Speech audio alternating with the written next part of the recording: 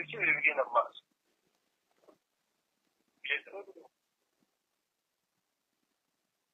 Leka kwebuuza wulidde. Okuŋŋamba ebituwa. Ebituwa ebiraba. Ekimekira otandikira mu kuyonga. Olose kuyonga. Ndabanga mwogera ekyabyadda.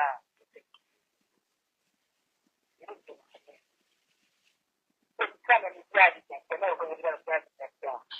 Byava ku kanya byali gyadda abasinga byali nadi. Byali nadi.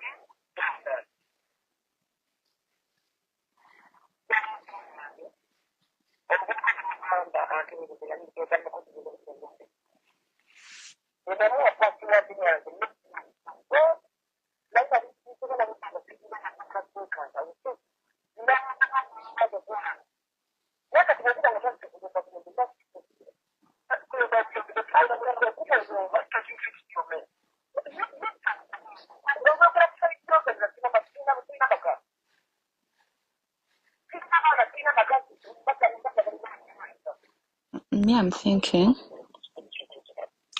nze mbadde ndowooza kubanga aba bloggers bangi in a way ba bloggers bangi tuba tusobola okufuna omuntu gwe tukozesa eddoboozi ne lilinkinga. How? Nti osobola okuba olina gw'oyogera naye nga mukwano gwo ng'omugamba maybe omuntu oba yali akukyusiza nga bw'obinnyonnyodde tiba yali akukyusiza Facebook yo oba biki, then n'agenda mu ssimu yo n'aggyayo ebintu ebyo naye ebintu ebyo byadda. Okitegeera? Then maybe that voice can link. You can choose to give it to any person that you want to link it.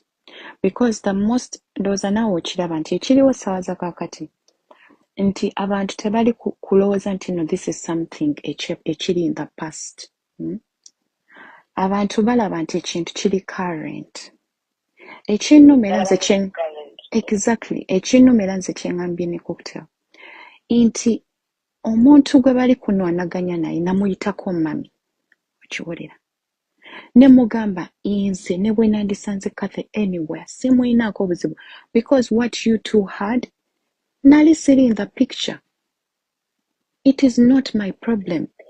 Ekinnuma is every time ekintu kino weki oba nti waliwo akyogeddeko my name has to come in. Okitegeera? Nti ekintu abantu ababiri kye baakola it has to affect me because erinnya lyange nti ssaawa za kakati bw'olaba buli omu agezaako kulwana nze. They are very happy that the relationship is going down. But Kathy, me and you know, if you woke up in the morning and you chose to have a family, you wouldn't wish anyone to come and break your family.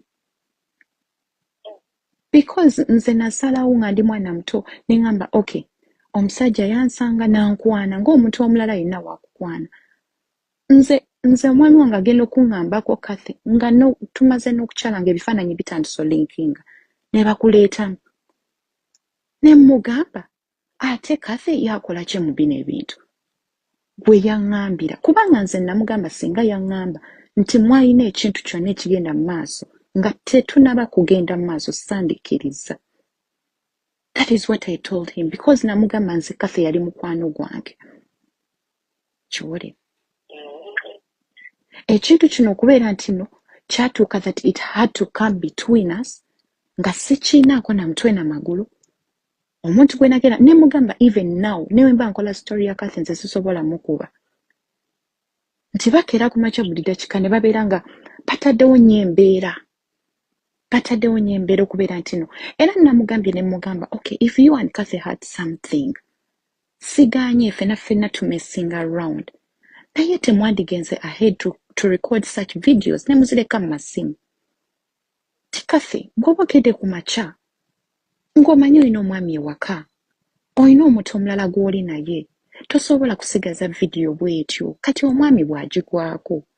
Era kyenabwe ne muganze waŋŋamba ebintu bya Kathy naye nalowooza nti just mwalina ekintu kyammwe naye nga kyasigala eyo. Nze bwe nazuukuse ku makya ne nsanga videos ku social media nawunze paka kati sina ddangula kuba nagambye I didn't expect this to go this far, that you people could record videos and leave them in your phones. Did you ever think that what if anything happens?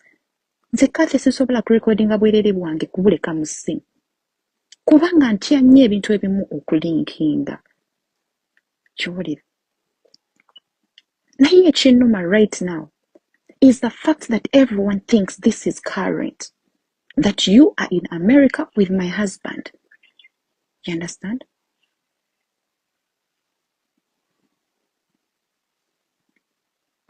So ffenna tuli mu eno mess, naye ate mmwe teba affectinze nga the way it has affected me. Kuba Kathy, abaana bayinza okubeera nga oyina abaana naye abaana baali bamanyi omwami wange. Ekitegeera. I'm pretty sure they